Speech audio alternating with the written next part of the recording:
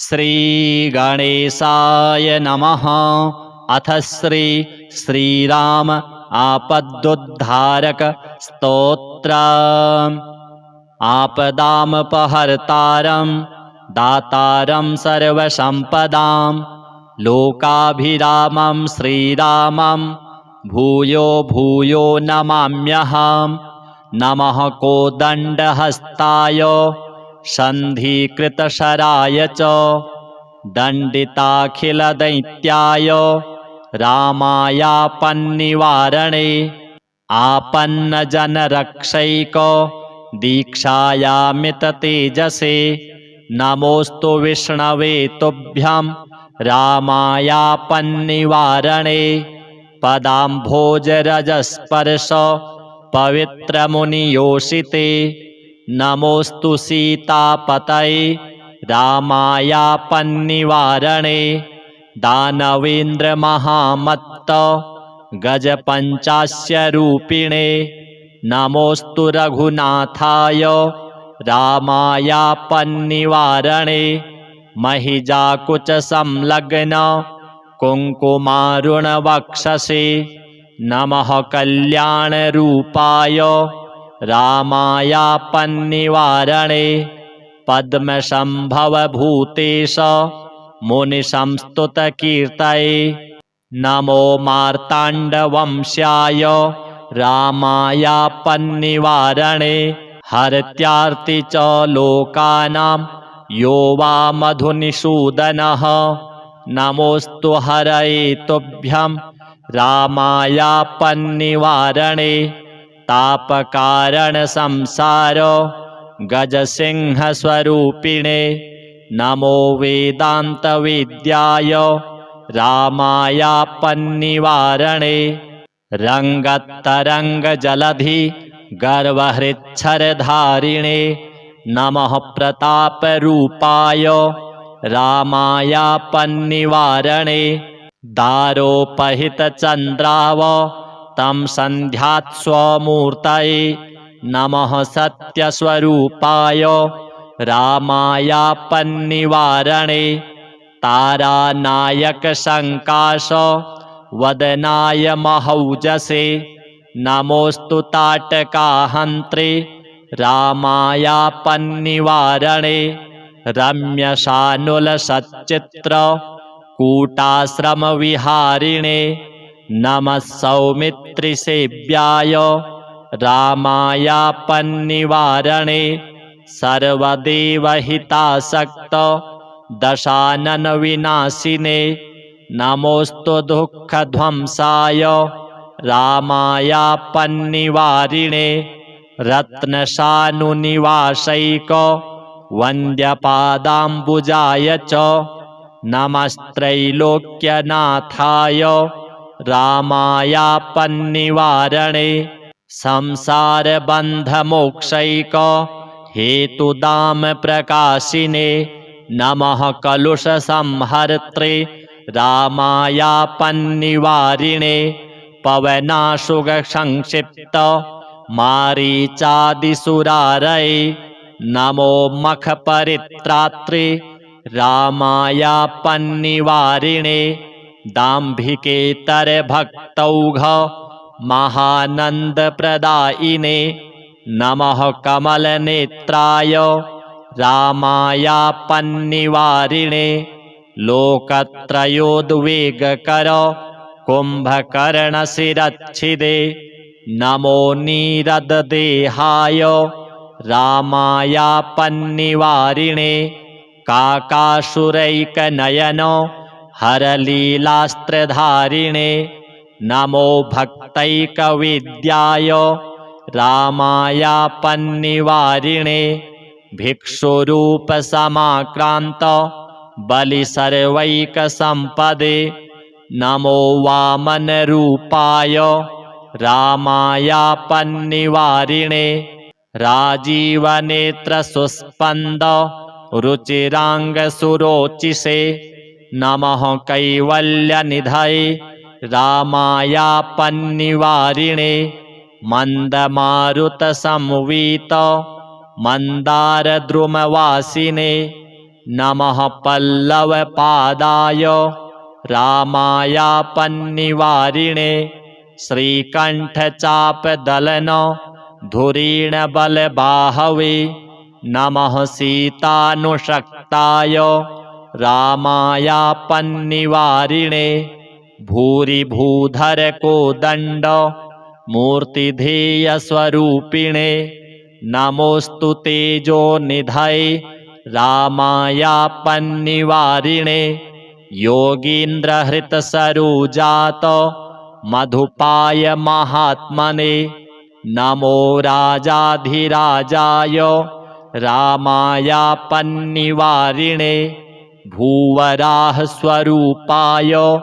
नमो भूरिप्रदायिने नमो हिरण्यगर्भाय रामायापन्निवारिणे योषाञ्जलिविनिर्मुक्त लाजाञ्चितवपुस्मते नमः सौन्दर्यनिधये रामायापन्निवारिणे नखकोटिविनिर्भिन्न दैत्याधिपतिवक्षसे नमो नृसिंहरूपाय रामायापन्निवारिणे मायामानुषदेहाय वेदोद्धरणहेतवे नमोऽस्तु मत्स्यरूपाय रामायापन्निवारिणे मितिशून्यमहादिव्य महिम्ने मानितात्मने नमो ब्रह्मस्वरूपाय रामायापन्निवारिणे अहङ्कारेतर्जन स्वान्तसौधविहारिणे नमोऽस्तु चित्स्वरूपाय रामायापन्निवारिणे सीतालक्ष्मणसंशोभि पार्श्वाय परमात्मने नमः पट्टाभिषिक्ताय रामायापन्निवारिणे आपदामपहर्तारं दातारं सर्वसम्पदां लोकाभिरामं श्रीरामं भूयो भूयो नमाम्यहम् इमं स्तवं भगवतः पठेद्यः प्रीतमानसः प्रभाते वा प्रदोषे वा रामस्य परमात्मनः स तु तीर्त्वा भवाम्भोधि मापदः सकला अपि रामसायुज्यमाप्नोति देवदेव प्रसादतः कारागृहादिबाधासु सम्प्राप्ते बहुसङ्कटे आपन्निवारकस्तोत्रं पठेद्यस्तु यथाविधि संयोज्यानुष्टुभं मन्त्रम् अनुश्लोकं स्मरन् विभुं सप्ताहात् सर्वबाधाभ्यो मुच्यते नात्र संशयः 32 प्रत्यहं तु दृढव्रतः वैशाखे भानुमालोक्य प्रत्यहं शतसङ्ख्यया धनवान् धनदप्रख्यस् स भवेन्नात्र संशयः बहुनात्र किमुक्तेन यं यं कामयते नरः तं तं काममवाप्नोति स्तोत्रेणानेन मानवः यन्त्रपूजाविधानेन जपहोमादितर्पणैः यस्तु कुर्वीत सहसा सर्वान् कामान् वाप्नुयात् इह लोके सुखी भूत्वा परे मुक्तो भविष्यति। श्रीरामाय नमः। अथ श्री दामोदराष्टकम्। दामोदराय कृष्णाय करे वंशीधराय च उदरे दामबद्धाय बालकृष्णाय ते नमः। उलूखलेन सम्बद्ध उदरेऽपि च बन्धनं मुक्तिदाता स्वयं बद्ध अन्यान् लोकान् विमुक्तये यमलार्जुनयोत्पाट्य नलकूवरमुक्तये मणिग्रीवाय मोक्षं च ददन्तं तं नमाम्यहं रिङ्गयञ्च समागच्छन् नङ्गणे यशोदाग्रतः पालायन परं देवं दामोदरं नमाम्यहम् ऊलूखलोपर्यारुह्य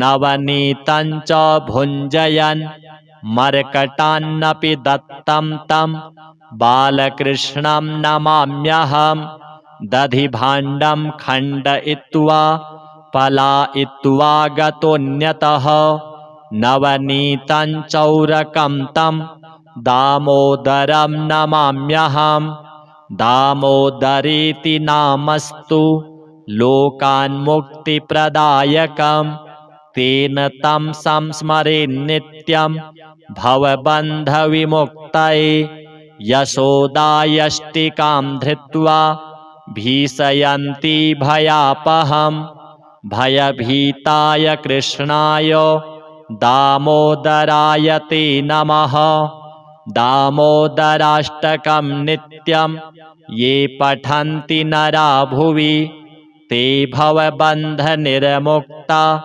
यान्ति तं परमं पदम्। अथ श्री बृहस्पति स्तोत्रम्। गुरुर्बृहस्पतिर्जीवः सुराचार्यो विदाम्बरः वागीशोधिषणो दीर्घः श्मश्रुः पीताम्बरो युवा सुधादृष्टिर्ग्रहाधीशो ग्रहपीडापहारकः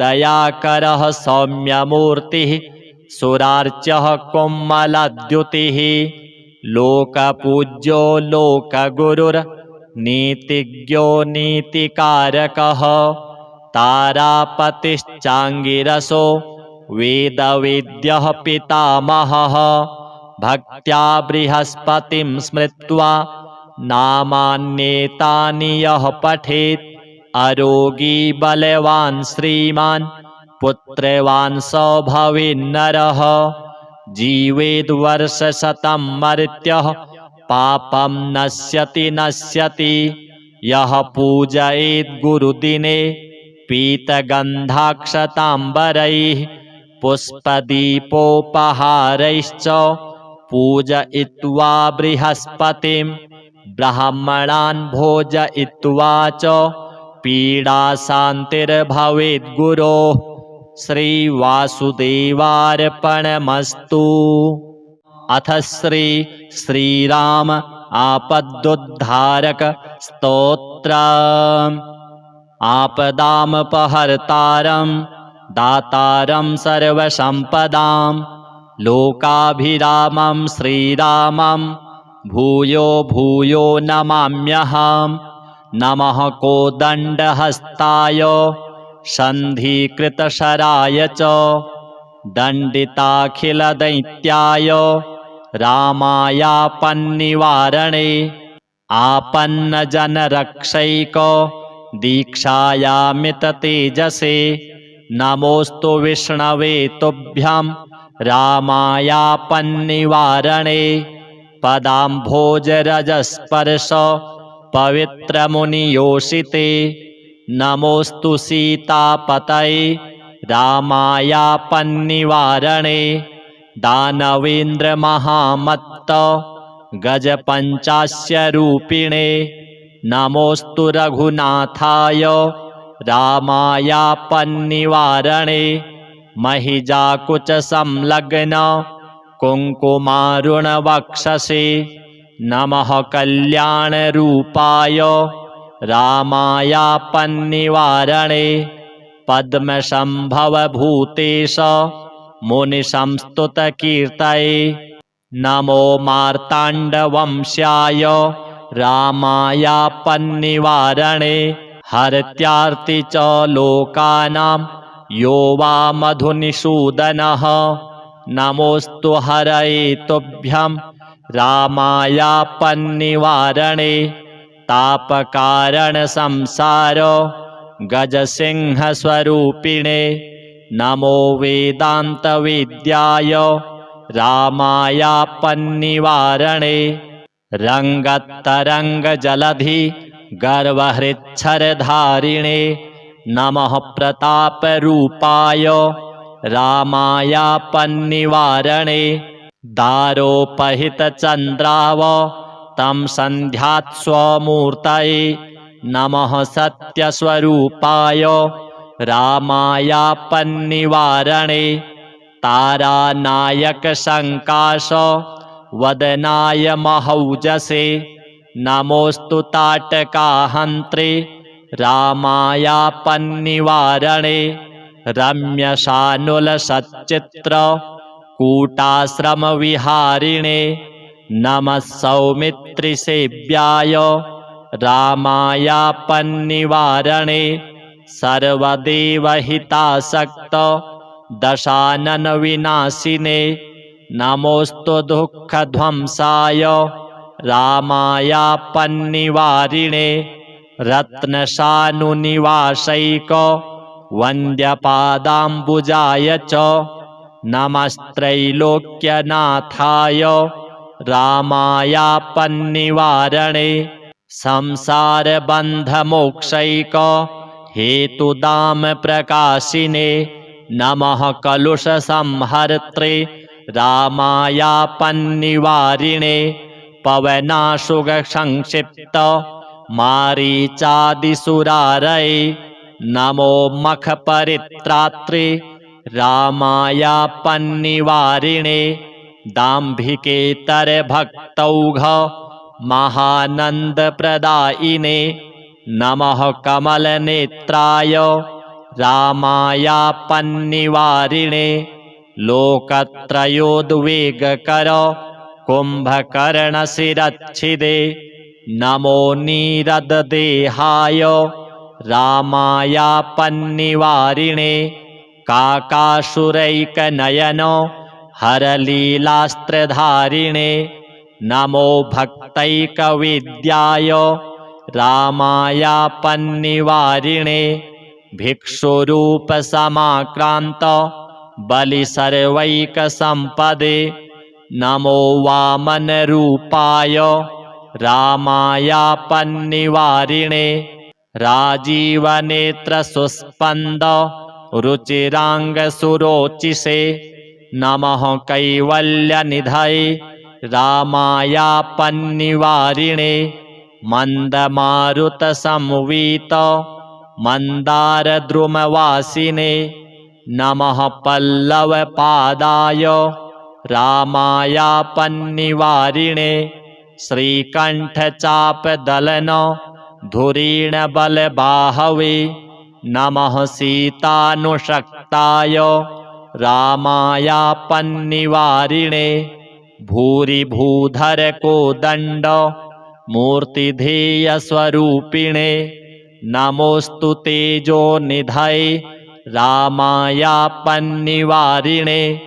योगीन्द्रहृतसरोजात मधुपाय महात्मने नमो राजाधिराजाय रामायापन्निवारिणे भूवराहस्वरूपाय नमो भूरिप्रदायिने नमो हिरण्यगर्भाय रामायापन्निवारिणे योषाञ्जलिविनिर्मुक्त लाजाञ्चितवपुस्मते नमः सौन्दर्यनिधये रामायापन्निवारिणे नखकोटिविनिर्भिन्न दैत्याधिपतिवक्षसे नमो नृसिंहरूपाय रामायापन्निवारिणे मायामानुषदेहाय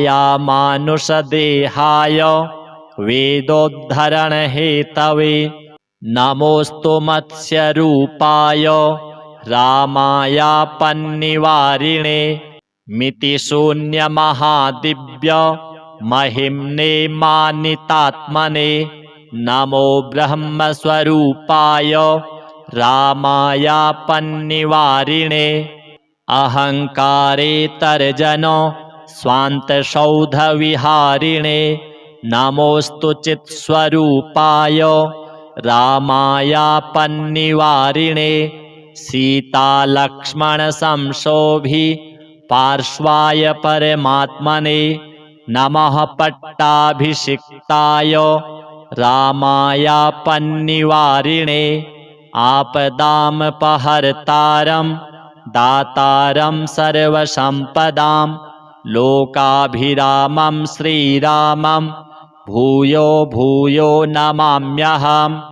इमं स्तवं भगवतः पठेद्यः प्रीतमानसः प्रभाते वा प्रदोषे वा रामस्य परमात्मनः स तु तीर्त्वा भवाम्भोधि मापदः सकला अपि रामसायुज्यमाप्नोति देवदेव प्रसादतः।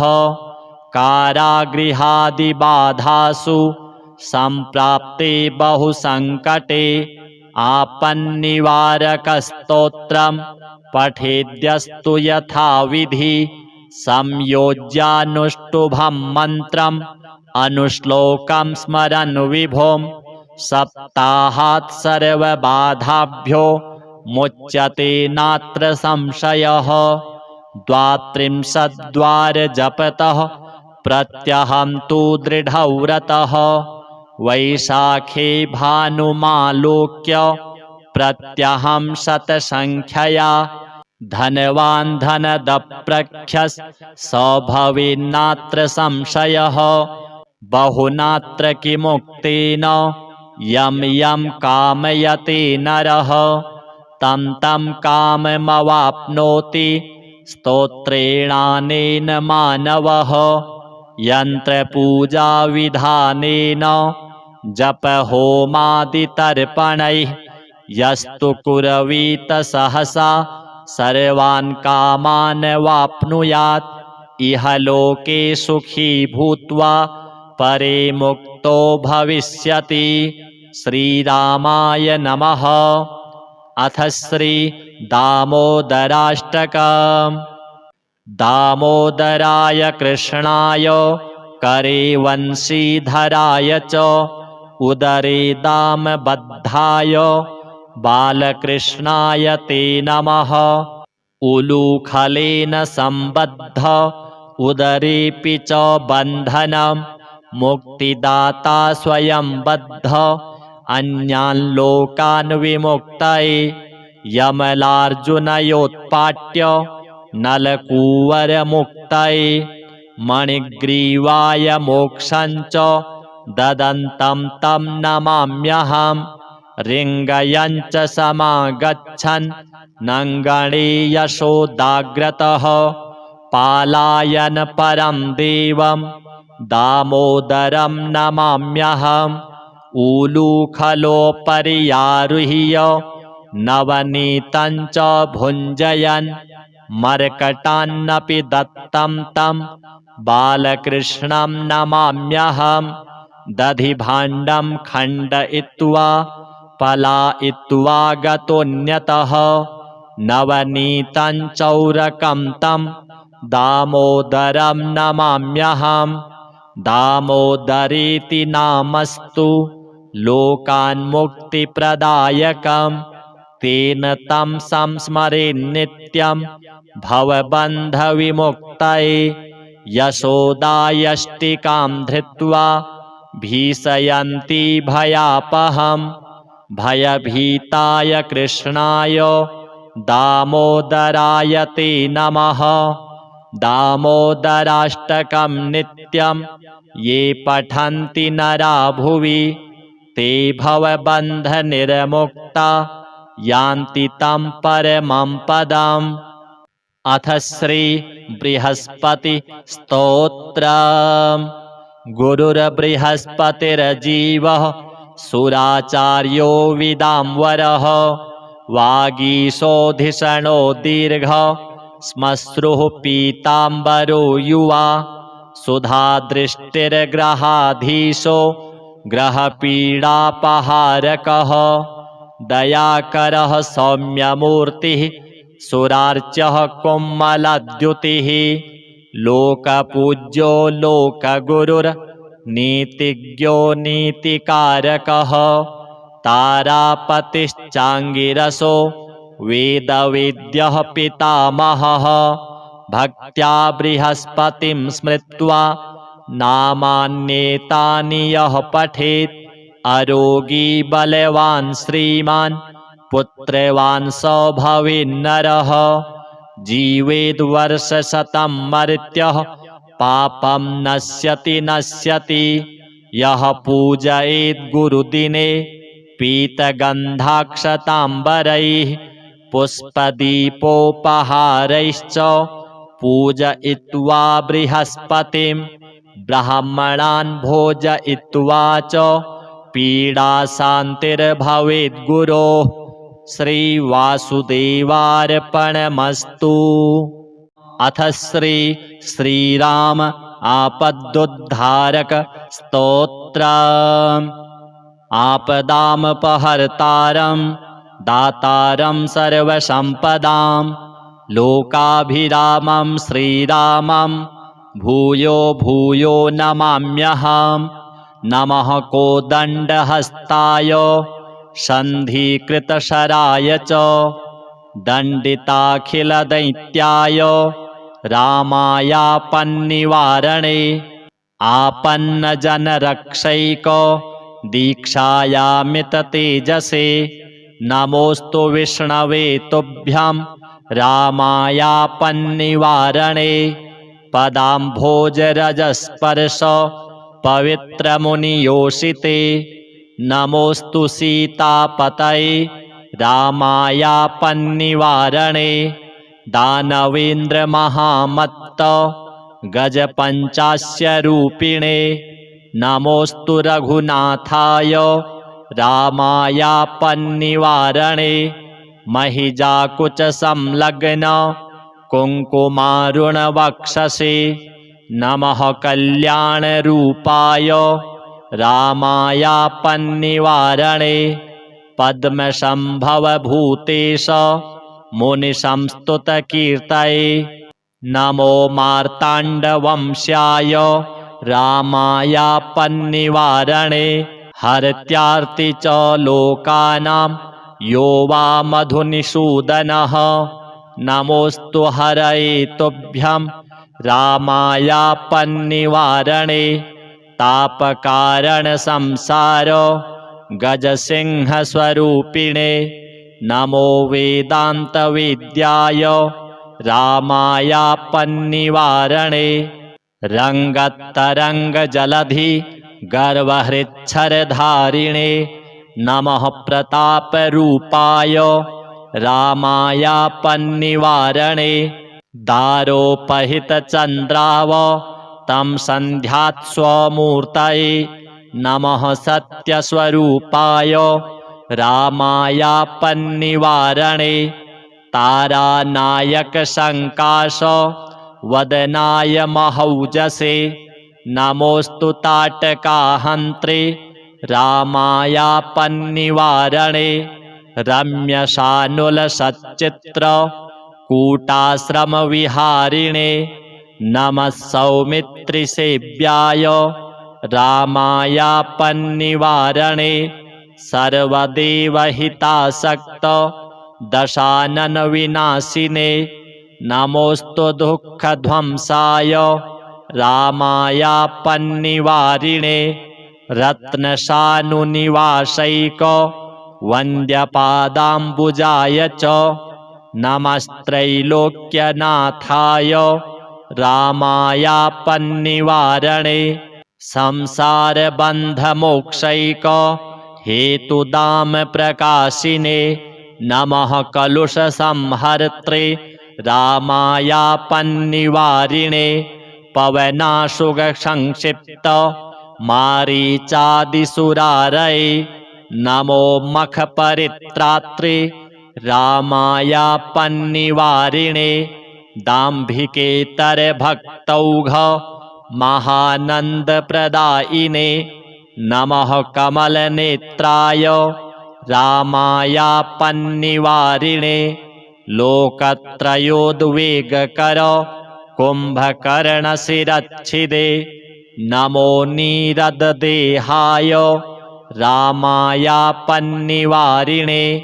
काकासुरैकनयनो हरलीलास्त्रधारिणे नमो भक्तैकविद्याय रामायापन्निवारिणे भिक्षुरूपसमाक्रान्त बलिसर्वैकसम्पदे नमो वामनरूपाय रामायापन्निवारिणे राजीवनेत्रसुस्पन्द रुचिराङ्गसुरोचिषे नमः कैवल्यनिधये रामायापन्निवारिणे मन्दमारुतसंवीत मन्दारद्रुमवासिने नमः पल्लवपादाय रामायापन्निवारिणे श्रीकण्ठचापदलन धुरीणबलबाहवे नमः सीतानुषक्ताय रामायापन्निवारिणे भूरिभूधरकोदण्ड मूर्तिधेयस्वरूपिणे नमोऽस्तु तेजोनिधये रामायापन्निवारिणे योगीन्द्रहृतसरोजात मधुपाय महात्मने नमो राजाधिराजाय रामायापन्निवारिणे भूवराहस्वरूपाय नमो भूरिप्रदायिने नमो हिरण्यगर्भाय रामायापन्निवारिणे योषाञ्जलिविनिर्मुक्त लाजाञ्चितवपुस्मते नमः सौन्दर्यनिधये रामायापन्निवारिणे नखकोटिविनिर्भिन्न दैत्याधिपतिवक्षसे नमो नृसिंहरूपाय रामायापन्निवारिणे मायामानुषदेहाय वेदोद्धरणहेतवे नमोऽस्तु मत्स्यरूपाय रामायापन्निवारिणे मितिशून्यमहादिव्य महिम्ने मानितात्मने नमो ब्रह्मस्वरूपाय रामायापन्निवारिणे अहङ्कारेतर्जन स्वान्तसौधविहारिणे नमोऽस्तु चित्स्वरूपाय रामायापन्निवारिणे सीतालक्ष्मणसंशोभि पार्श्वाय परमात्मने नमः पट्टाभिषिक्ताय रामायापन्निवारिणे आपदामपहर्तारं दातारं सर्वसम्पदां लोकाभिरामं श्रीरामं भूयो भूयो नमाम्यहम् इमं स्तवं भगवतः पठेद्यः प्रीतमानसः प्रभाते वा प्रदोषे वा रामस्य परमात्मनः स तु तीर्त्वा भवाम्भोधि मापदः सकला अपि रामसायुज्यमाप्नोति देवदेवप्रसादतः कारागृहादिबाधासु सम्प्राप्ते बहुसङ्कटे आपन्निवारकस्तोत्रं पठेद्यस्तु यथाविधि संयोज्यानुष्टुभं मन्त्रम् अनुश्लोकं स्मरन् विभुं सप्ताहात् सर्वबाधाभ्यो मुच्यते नात्र संशयः 32 जपतः प्रत्यहं तु दृढव्रतः वैशाखे भानुमालोक्य प्रत्यहं शतसंख्यया धनवान् धनदप्रख्यः स भवेन्नात्र संशयः बहुनात्र किमुक्तेन यं यं कामयते नरः तं तं काममवाप्नोति स्तोत्रेणानेन मानवः यन्त्रपूजाविधानेन जपहोमादितर्पणैः यस्तु कुर्वीत सहसा सर्वान् कामान् वाप्नुयात् इह लोके सुखी भूत्वा परे मुक्तो युक्तो भविष्यति। श्रीरामाय नमः। अथ श्री दामोदराष्टकम्। दामोदराय कृष्णाय करे वंशीधराय च उदरे दामबद्धाय बालकृष्णाय ते नमः। उलूखलेन सम्बद्ध उदरेऽपि च बन्धनं मुक्तिदाता स्वयं बद्ध अन्यान् लोकान् विमुक्तये यमलार्जुनयोत्पाट्य नलकूवरमुक्तये मणिग्रीवाय मोक्षं च ददन्तं तं नमाम्यहम्। रिङ्गयं च समागच्छन् नङ्गणे यशोदाग्रतः पालायन परं देवं दामोदरं नमाम्यहम्। ऊलूखलोपर्यारुह्य नवनीतं च भुञ्जयन् मर्कटान्नपि दत्तं तं बालकृष्णं नमाम्यहम्। दधिभाण्डं खण्डयित्वा पलायित्वा गतोऽन्यतः नवनीतं चौरकं तं दामोदरं नमाम्यहम्। दामोदरेति नामस्तु लोकान्मुक्तिप्रदायकं तेन तं संस्मरेन्नित्यं भवबन्धविमुक्तये। यशोदायष्टिकां धृत्वा भीषयन्ती भयापहम् भयभीताय कृष्णाय दामोदराय ते नमः। दामोदराष्टकं नित्यं ये पठन्ति नरा भुवि ते भवबन्धनिर्मुक्ता यान्ति तं परमं पदम्। अथ श्री बृहस्पतिस्तोत्रम्। गुरुर्बृहस्पतिर्जीवः सुराचार्यो विदाम्बरः वागीशोधिषणो दीर्घः श्मश्रुः पीताम्बरो युवा सुधादृष्टिर्ग्रहाधीशो ग्रहपीडापहारकः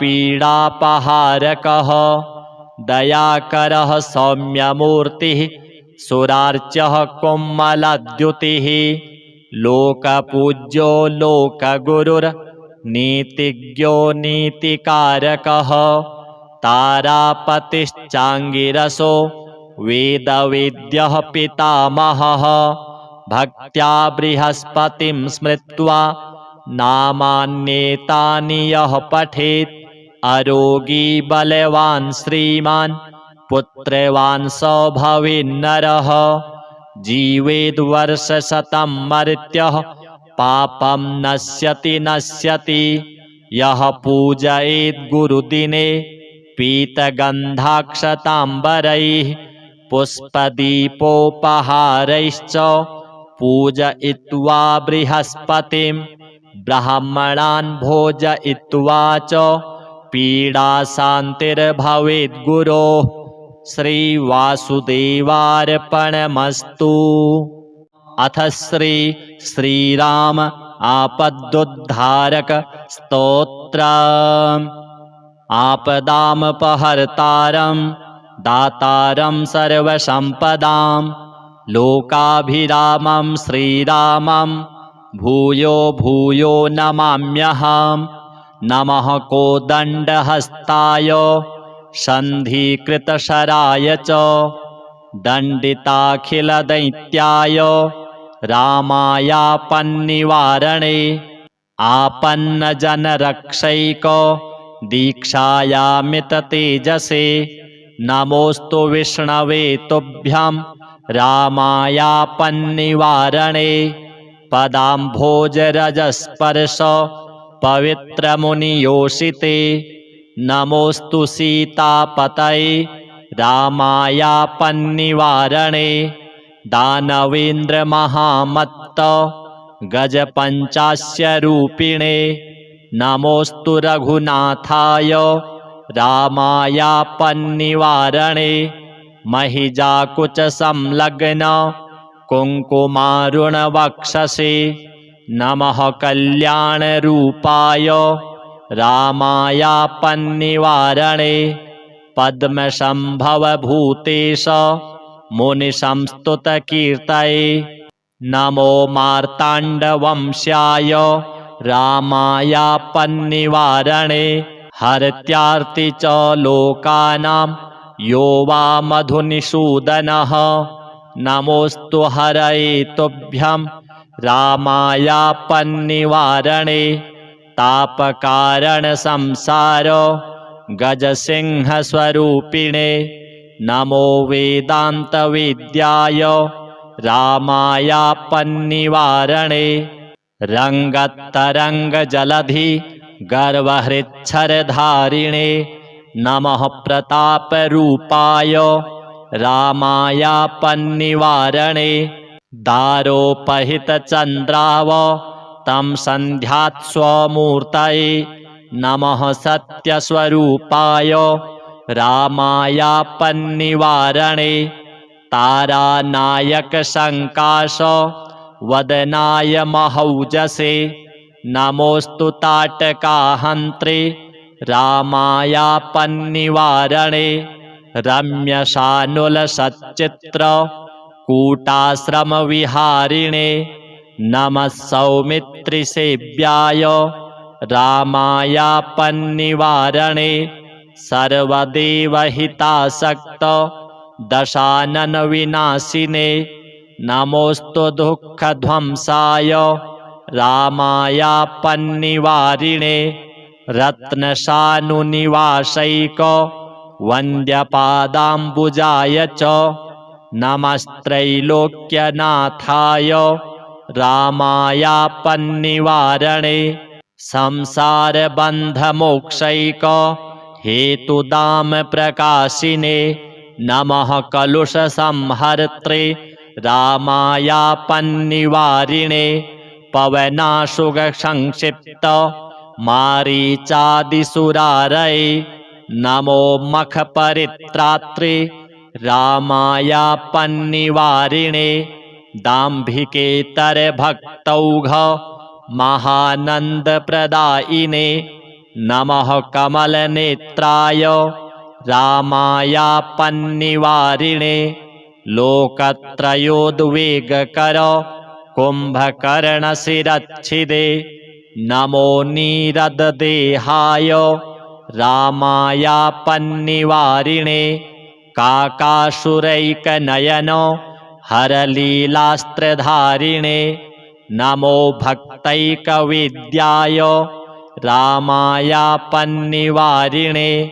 भिक्षुरूपसमाक्रान्त बलिसर्वैकसम्पदे नमो वामनरूपाय रामायापन्निवारिणे राजीवनेत्रसुस्पन्द रुचिराङ्गसुरोचिषे नमः कैवल्यनिधये रामायापन्निवारिणे मन्दमारुतसंवीत मन्दारद्रुमवासिने नमः पल्लवपादाय रामायापन्निवारिणे श्रीकण्ठचापदलन धुरीणबलबाहवे नमः सीतानुषक्ताय रामायापन्निवारिणे भूरिभूधरकोदण्ड मूर्तिधेयस्वरूपिणे नमोऽस्तु तेजोनिधये रामायापन्निवारिणे योगीन्द्रहृतसरोजात मधुपाय महात्मने नमो राजाधिराजाय रामायापन्निवारिणे भूवराहस्वरूपाय नमो भूरिप्रदायिने नमो हिरण्यगर्भाय रामायापन्निवारिणे योषाञ्जलिविनिर्मुक्त लाजाञ्चितवपुस्मते नमः सौन्दर्यनिधये रामायापन्निवारिणे नखकोटिविनिर्भिन्न दैत्याधिपतिवक्षसे नमो नृसिंहरूपाय रामायापन्निवारिणे मायामानुषदेहाय वेदोद्धरणहेतवे नमोऽस्तु मत्स्यरूपाय रामायापन्निवारिणे मितिशून्यमहादिव्य महिम्ने मानितात्मने नमो ब्रह्मस्वरूपाय रामायापन्निवारिणे अहङ्कारेतर्जन स्वान्तसौधविहारिणे नमोऽस्तु चित्स्वरूपाय रामायापन्निवारिणे सीतालक्ष्मणसंशोभि पार्श्वाय परमात्मने नमः पट्टाभिषिक्ताय रामायापन्निवारिणे आपदामपहर्तारं दातारं सर्वसम्पदां लोकाभिरामं श्रीरामं भूयो भूयो नमाम्यहम् इमं स्तवं भगवतः पठेद्यः प्रीतमानसः प्रभाते वा प्रदोषे वा रामस्य परमात्मनः स तु तीर्त्वा भवाम्भोधि मापदः सकला अपि रामसायुज्यमाप्नोति देवदेव प्रसादतः कारागृहादिबाधासु सम्प्राप्ते बहुसङ्कटे आपन्निवारकस्तोत्रं पठेद्यस्तु यथाविधि संयोज्यानुष्टुभं मन्त्रम् अनुश्लोकं स्मरन् विभुं सप्ताहात् सर्वबाधाभ्यो मुच्यते नात्र संशयः 32 जपतः प्रत्यहं तु दृढव्रतः वैशाखे भानुमालोक्य प्रत्यहं शतसङ्ख्यया धनवान् धनदप्रख्यः स भवेन्नात्र संशयः बहुनात्र किमुक्तेन यं यं कामयते नरः तं तं काममवाप्नोति स्तोत्रेणानेन मानवः यन्त्रपूजाविधानेन जपहोमादितर्पणैः यस्तु कुर्वीत सहसा सर्वान् कामान् वाप्नुयात् इह लोके सुखी भूत्वा परे मुक्तो भविष्यति। श्रीरामाय नमः। अथ श्री दामोदराष्टकम्। दामोदराय कृष्णाय करे वंशीधराय च उदरे दामबद्धाय बालकृष्णाय ते नमः। उलूखलेन सम्बद्ध उदरेऽपि च बन्धनं मुक्तिदाता स्वयं बद्ध अन्यान् लोकान् विमुक्तये यमलार्जुनयोत्पाट्य नलकूवरमुक्तये मणिग्रीवाय मोक्षं च ददन्तं तं नमाम्यहम्। रिङ्गयं च समागच्छन् नङ्गणे यशोदाग्रतः पालायन परं देवं दामोदरं नमाम्यहम्। ऊलूखलोपर्यारुह्य नवनीतं च भुञ्जयन् मर्कटान्नपि दत्तं तं बालकृष्णं नमाम्यहम्। दधिभाण्डं खण्डयित्वा पलायित्वा गतोऽन्यतः नवनीतं चौरकं तं दामोदरं नमाम्यहम्। दामोदरेति नामस्तु लोकान्मुक्तिप्रदायकं तेन तं संस्मरेन्नित्यं भवबन्धविमुक्तये। यशोदायष्टिकां धृत्वा भीषयन्ती भयापहं भयभीताय कृष्णाय दामोदराय ते नमः। दामोदराष्टकं नित्यं ये पठन्ति नरा भुवि ते भवबन्धनिर्मुक्ता यान्ति तं परमं पदम्। अथ श्री बृहस्पति स्तोत्रम्। गुरुर्बृहस्पतिर्जीवः सुराचार्यो विदाम्बरः वागीशोधिषणो दीर्घः श्मश्रुः पीताम्बरो युवा सुधादृष्टिर्ग्रहाधीशो ग्रहपीडापहारकः दयाकरः सौम्यमूर्तिः सुरार्च्यः कोमलद्युतिः लोकपूज्यो लोकगुरुर्नीतिज्ञो नीतिकारकः तारापतिश्चाङ्गिरसो वेदवेद्यः पितामहः भक्त्या बृहस्पतिं स्मृत्वा नामान्येतानि यः पठेत् अरोगी बलवान् श्रीमान् पुत्रवान् स भवेन्नरः जीवेद्वर्षशतं मर्त्यः पापं नश्यति यः पूजयेत् गुरुदिने पीतगन्धाक्षताम्बरैः पुष्पदीपोपहारैश्च पूजयित्वा बृहस्पतिं ब्राह्मणान् भोजयित्वा च पीडाशान्तिर्भवेद्गुरोः। श्रीवासुदेवार्पणमस्तु। अथ श्रीराम आपदुद्धारक स्तोत्रम्। आपदामपहर्तारं दातारं सर्वसम्पदां लोकाभिरामं श्रीरामं भूयो भूयो नमाम्यहम्। नमः कोदण्डहस्ताय सन्धिकृतशराय च दण्डिताखिलदैत्याय रामायापन्निवारणे आपन्नजनरक्षैक दीक्षायामिततेजसे नमोऽस्तु विष्णवे तुभ्यं रामायापन्निवारणे पदाम्भोजरजस्पर्श पवित्रमुनियोषिते नमोऽस्तु सीतापतये रामायापन्निवारणे दानवेन्द्रमहामत्त गजपञ्चास्यरूपिणे नमोऽस्तु रघुनाथाय रामायापन्निवारणे महिजाकुचसंलग्न कुङ्कुमारुणवक्षसे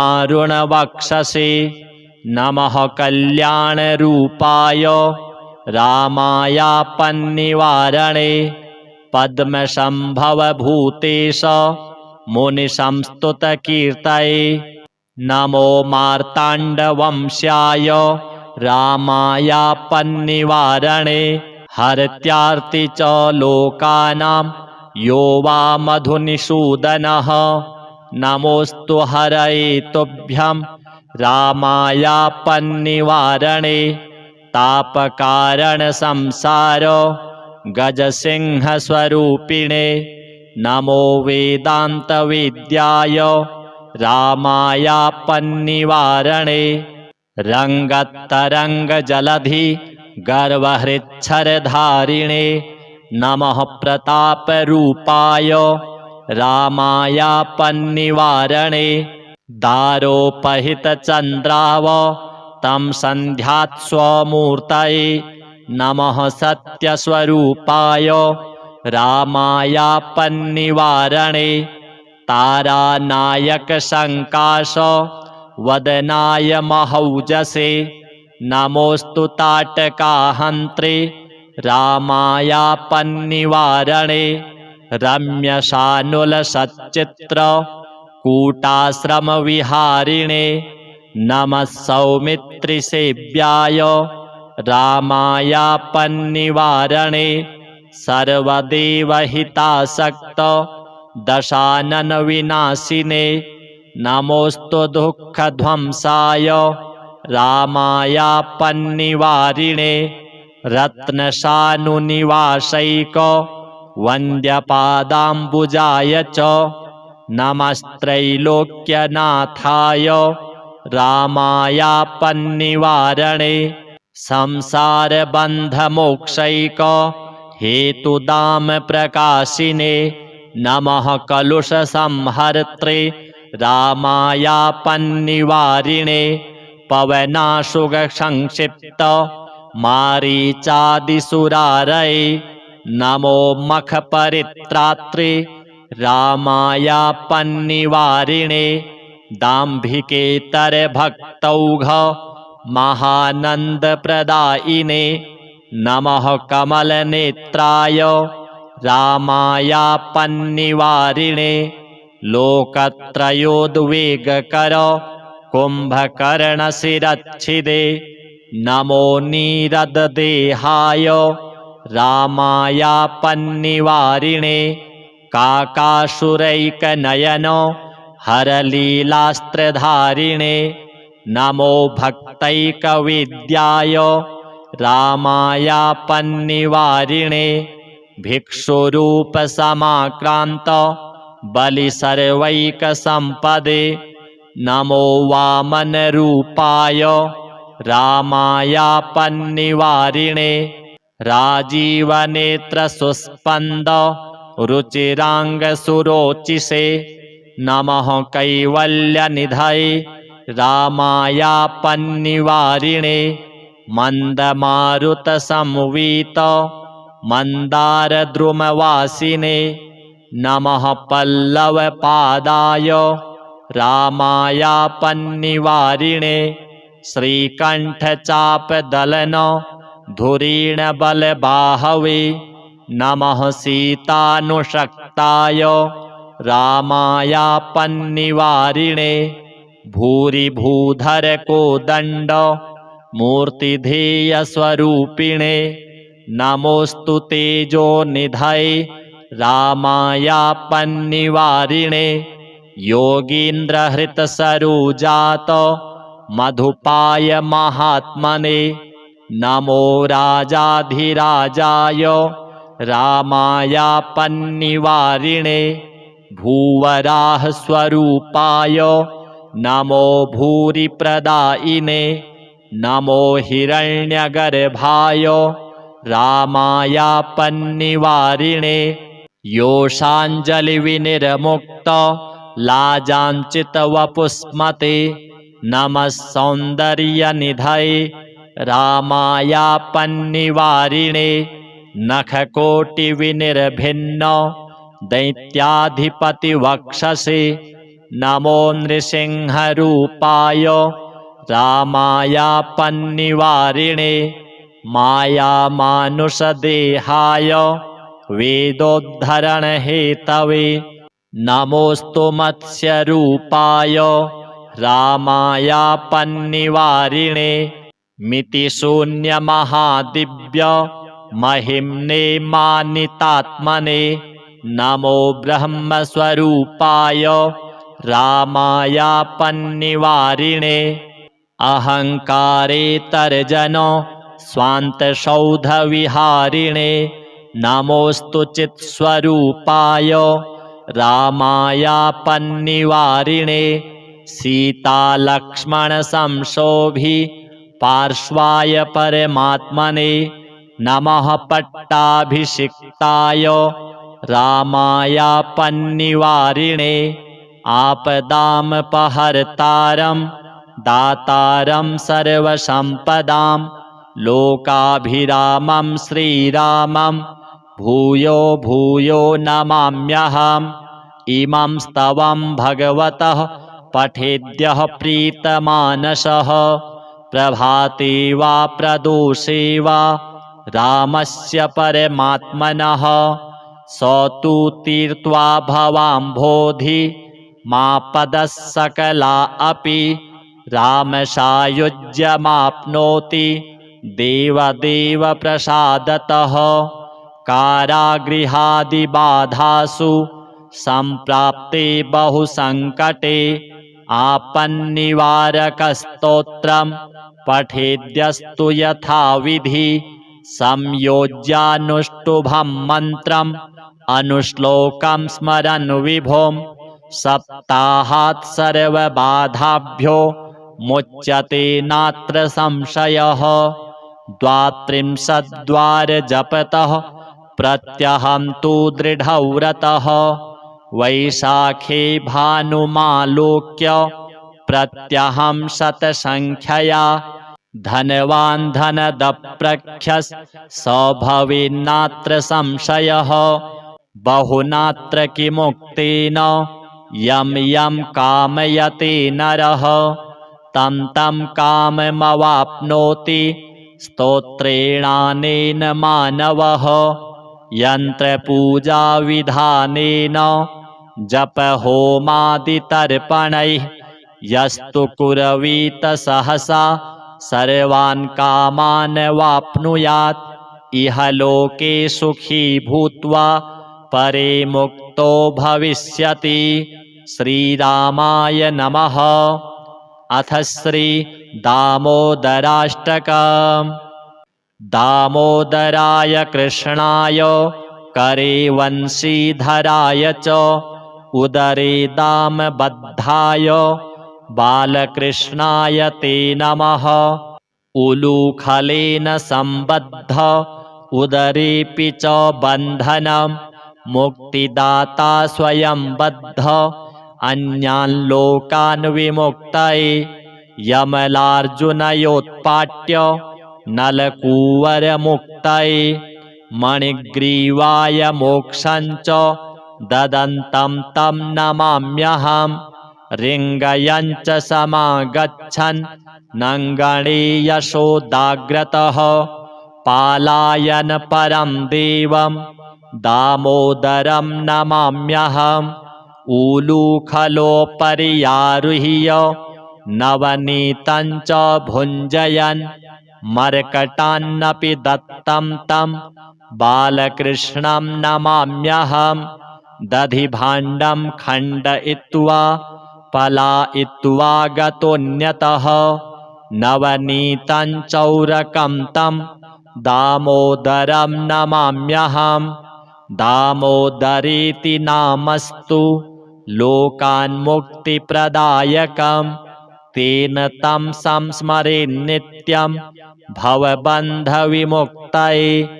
यशोदायष्टिकां धृत्वा भीषयन्ती भयापहम् भयभीताय कृष्णाय दामोदराय ते नमः। दामोदराष्टकं नित्यं ये पठन्ति नरा भुवि ते भवबन्धनिर्मुक्ता यान्ति तं परमं पदम्।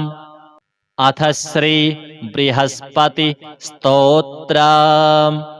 गुरुर्बृहस्पतिर्जीवः सुराचार्यो विदाम्बरः वागीशोधिषणो दीर्घ श्मश्रुः पीताम्बरो युवा सुधादृष्टिर्ग्रहाधीशो ग्रहपीडापहारकः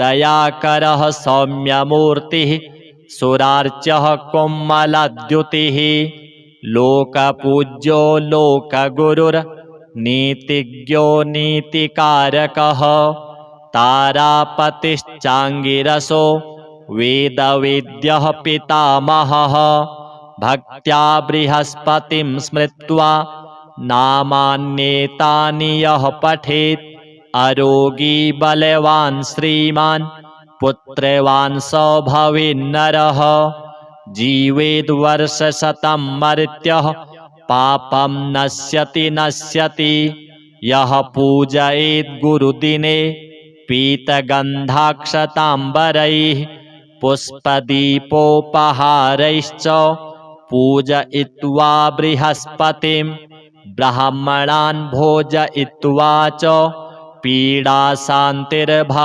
गुरोः। श्रीवासुदेवार्पणमस्तु।